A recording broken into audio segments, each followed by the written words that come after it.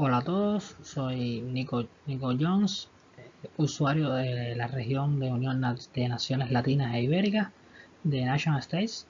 Mi propósito con esta serie de pequeños videos es tratar de explicar el sistema Marte, que es un sistema de combate, y algunas reglas asociadas a él con el objetivo de darle un poco más de realismo a los conflictos bélicos y poder organizarlos mucho mejor.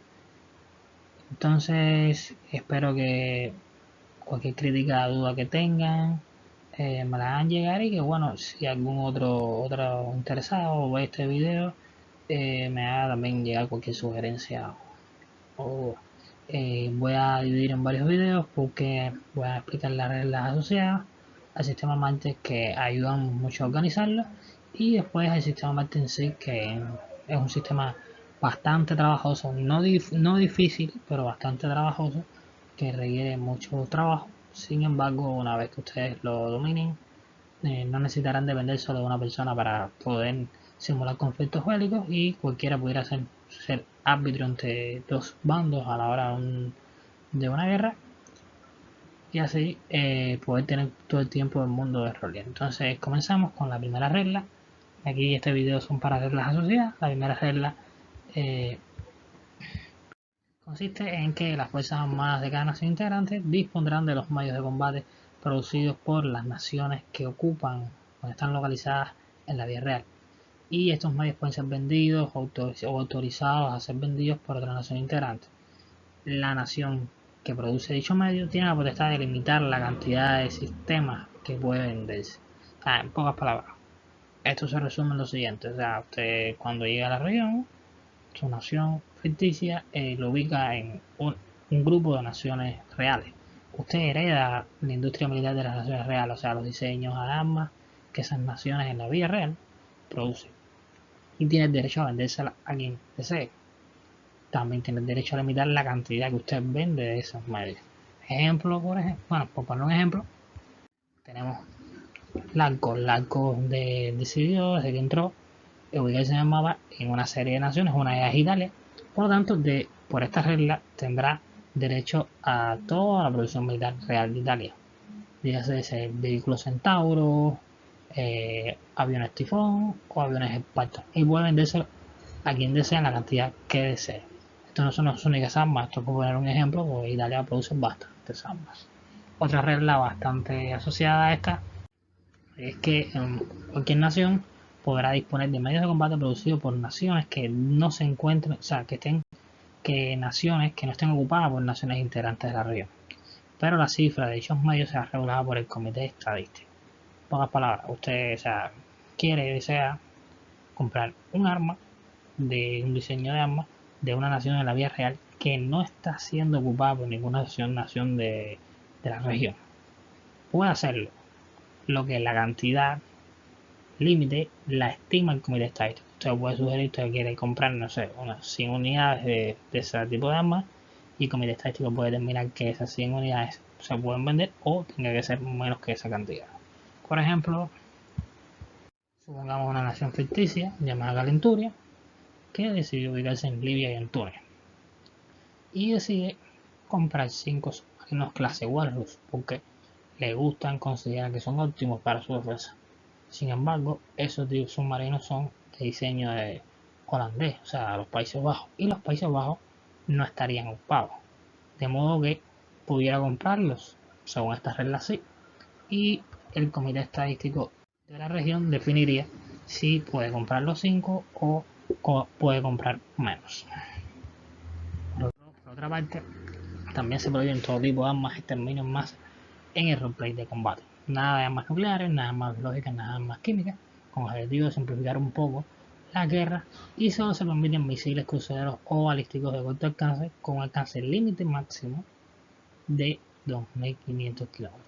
Cuando nos referimos a alcance, nos estamos refiriendo a la distancia máxima a la cual el misil puede atacar un objetivo. Eso significa, por ejemplo, que si un misil tiene 1.000 kilómetros de alcance, la mayor distancia a la cual puede atacar un objetivo es a 1.000 kilómetros. Eso no significa que no pueda atacar un objetivo a menos cantidad de distancia. Significa que el máximo es ese valor dado. Por lo tanto, aquí no se permiten misiles que puedan atacar a más de 2500 kilómetros de alcance. Por ejemplo, tenemos una nación que se ubicó en China, por lo tanto, hereda todo su arsenal. Y aquí le mostramos a continuación todos los misiles que China produce. Como pueden ver, encerrado en el recuadro están aquellos misiles que están por debajo de 2500 kilómetros de alcance mensual. Y esos son los que puede utilizar. El resto, por regla, no los puede utilizar. Ahora, puede ocurrir que necesite atacar un objetivo que está a 300 kilómetros. No necesariamente el misil va a ir directamente a la distancia que dice. O sea, este es el máximo que puede ir. Por ejemplo, quieren atacar esta nación a un objetivo a 300 kilómetros, puede utilizar cualquiera de los misiles, porque cualquiera tiene alcance mucho mayor que los 300 kilómetros. Entonces pasamos a la próxima regla, que es que los movimientos de las tropas se realizan por turnos alternos entre ambos contrincantes. Aquí se limita cómo es el avance. Si el avance es por tierra, las agrupaciones terrestres solo pueden avanzar 100 km por turno, excepto cuando el avance es por aire. El avance está limitado solo por el radio de combate de los aviones que se utilizan. Y si no tenemos esa estadística, se utilizaría un tercio del alcance de esa aeronave en kilómetros. Y si sobreviven, entonces regresarían a su base. Esto lo ejemplificaremos después dentro de dos reglas, porque esta regla y las dos siguientes se van a ejemplificar con una situación, porque se integran entre sí. Entonces las otras dos reglas serían que los turnos de avance o versiones estratégicas son secuenciales. Bueno, ya eso va bastante lógico. O sea, primero hace el atacante, declara todos sus movimientos, se simulan los combates, termina el turno, pasaría el defensor que declara sus movimientos, se simulan sus combates, pasa al atacante y así sucesivamente. En caso de iniciar las hostilidades, el atacante declararía entonces siempre todas las direcciones de avance de cada una de sus agrupaciones, sean aéreas, terrestres o navales, y adelantaría en el terreno hasta que el defensor emita su respuesta defensiva. El avance se detendría y se realizarían todos los combates de manera sucesiva. Lo antes expuesto también se aplica al defensor. Básicamente era lo que estaba comentando anteriormente de en el turno sería primero el atacante declara las direcciones de avance. Entonces esta agrupación que está en tal ciudad se movería hasta tal ciudad, que es su objetivo, que ese movimiento no debe ser de los 100 kilómetros, que esta agrupación hacia tal ciudad, esta agrupación hasta tal ciudad, así movería todas las agrupaciones que quiera una sola vez en el turno. Recordar también que los aviones pueden moverse más de 100 kilómetros hasta su radiación de combate en máximo, y las navales las veremos después. Una vez que todos esos movimientos se realicen, entonces donde haya contacto con las tropas enemigas a una distancia de menos de 100 kilómetros, habría combates. Todos los combates serían sucesivos y terminando el turno del atacante. Pasaría el defensor, que haría las mismas cosas, las cosas que el atacante. O sea, declararía las direcciones de avance desde su origen hasta la ciudad donde va a atacar, la región donde va a atacar. Después de todas sus direcciones de avance y avances que se realicen, se simularían los combates sucesivos, terminaría el turno y pasaría al siguiente. Entonces vamos a ejemplificarlo con una situación que integra estas tres reglas. Vamos a darle crédito primero al Asgard Fantasy Map Generator, con el cual se generó este mapa que es ficticio. Dos naciones, Maurir y Fafevela. Las Maurir, sus unidades se ponen de color negro y Fafevela de color rojo. Las unidades, supongamos que Fafevela por alguna razón declara la guerra a Maurir y por tanto sería atacante. Su primer turno sería de él. ¿Qué haríamos en ese caso? En el primer momento declararía, por ejemplo, como ataque los siguientes movimientos. Primero, estas agrupaciones, por ejemplo, esta agrupación que estoy señalando, que está en la ciudad de Wasmur, esta agrupación que está en Wasmur, la declaramos que avance hasta la agrupación enemiga que está en Aguasa. Fíjense que la dirección de avance desde esa ciudad hasta Aguasa no pasa ni siquiera de los 100 kilómetros. Lo mismo ocurre con otras declaraciones de movimiento, como se les señalan, las cuales su dirección de avance son de 100 kilómetros o menos. Además, también se declara que otras agrupaciones se moverían más hacia adelante con el objetivo de estar más cerca del frente, siempre con avances menores de 100 kilómetros. Por ejemplo, esta agrupación que está en Jugadí se movería hacia Dic, y esta que está en Surebleya se movería hacia Rine, todas con ese objetivo, siempre declarando el origen hacia el final del movimiento. Una vez realizados estos movimientos, Fafevera declara que no realizará más ningún movimiento con las demás agrupaciones. Estas se mantendrían en su lugar, y entonces, una vez movidas, pasamos a simular los combates. Se pueden dar cuenta que solo hay una zona de contacto de las unidades que se movieron con las unidades enemigas, que están a menos de 100 kilómetros, que es aquí en la región de Aguasa. Ahí ocurriría un combate, uno solo, que se simularía, y entonces, una vez terminado el combate, terminaría el turno de Fafevera. Supongamos que ese combate, el resultado final fue un empate técnico, por lo tanto, las tropas de Mouri no se moverían de esa zona, y entonces pasaríamos al turno entonces de Mouri. En este caso, Mouri declararía de la misma manera, sus agrupaciones se moverían en estos casos, supongamos que a reforzar a esa agrupación que fue atacada, siempre con avances menores de 100 kilómetros por la tierra. Y a diferencia del turno de Fafevera, aquí este usuario decidió que a esta agrupación que está en Dragda la va a transportar por vía aérea hacia Tánger, con el fin de realizar un asalto aéreo, de modo que pueda sorprender al enemigo. Aquí el avance ya no serían 100 kilómetros. Como se está transportando vía aérea, el avance sería el radio de combate de los aviones de transporte hacia la dirección que se fijó. Fíjense que el origen es Dragda y el objetivo final es Tánger. Normalmente la mayoría de los aviones de transporte mediano o pesado tienen alcances mucho mayores que esa distancia, digamos que son unos 120 180 kilómetros, y entonces el movimiento se realizaría. ¿Cómo quedaría el movimiento final? Así. Entonces tendríamos dos zonas de contacto de tropas.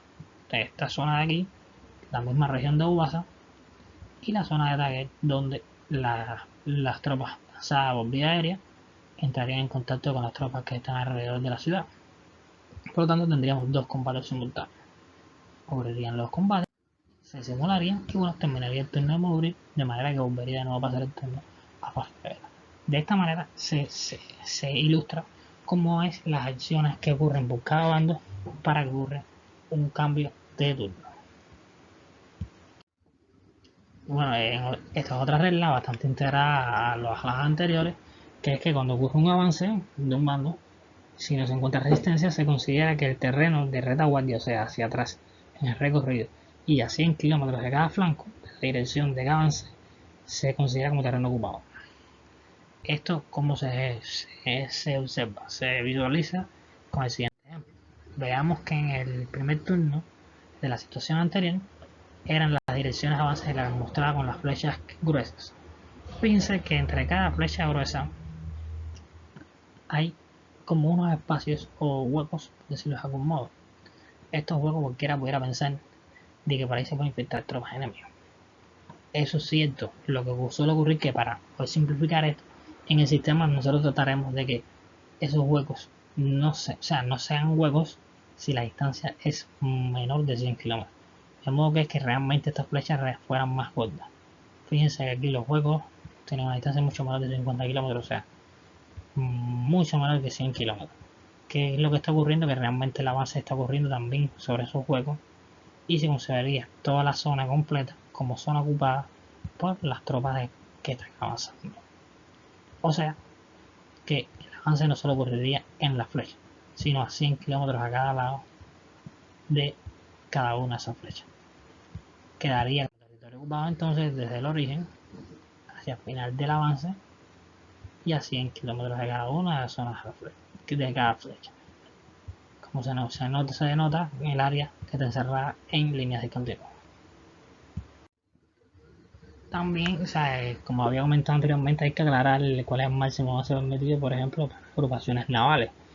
Y en este caso no son 100 kilómetros ni radio de acción, sino 580 kilómetros al día. Y eso está dado porque se asume en una velocidad intermedia entre 15 y 20 nudos para cada agrupación de buques, de modo que haya un desplazamiento bastante realista. Vamos a poner un ejemplo. Supongamos que en este mismo conflicto que estábamos viendo en la situación anterior, un aliado de Madrid, Watt, decide mandar a la agrupación naval a reforzar a su aliado. Para ello, envía los buques, sus buques. Sin embargo, la distancia entre la costa de Watt y de Madrid es mucho mayor de 580 kilómetros.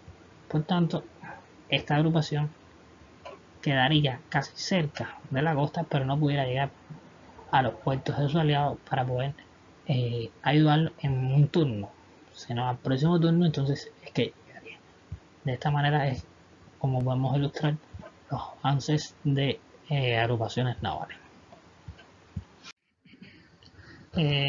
Como casi las últimas reglas, podemos hablar, por ejemplo, de los acuerdos que se estipulan al final del conflicto. O sea, al final del conflicto, cualquier acuerdo que se tome es pura responsabilidad de ambas partes y debe ser de mutuo acuerdo. Además, si se firma un armisticio o se culmina el conflicto, el comité estadístico es el que emite la cifra final de todos los excesos, ya sean bajas civiles y bajas militares. También es válido aclarar que el número de bajas para cada beligerante en un combate se define por mutuo acuerdo y el plazo máximo de ese acuerdo debe ser de 24 horas. Si no hay acuerdo, no se puede pasar en el próximo turno, ni se puede mover tropas, ni se puede haber ningún otro combate hasta que ocurra ese acuerdo. En caso de que no ocurra en 24 horas, el comité estadístico emitirá un estimado para cada bando basado en datos estadísticos, que es un algoritmo que está realizado y que se puede mostrar siempre y cuando algún usuario lo pida, ya sea vía video, vía comentario escrito. Y este tipo de estimados serán de estricto cumplimiento. Muchas gracias y hasta aquí este primer video que trata sobre estas reglas asociadas. Hay muchas otras reglas, pero son más de carácter interno para el comité estadístico. Y también quiero disculparme por la premura, por lo cual el video no fue hecho con toda la seriedad que requiere y se tuvo que hacer así bastante informal, por decirlo de algún modo. Por lo tanto, en el próximo video mostraremos cómo se ejecuta el sistema Martensy para un combate. Muchas gracias.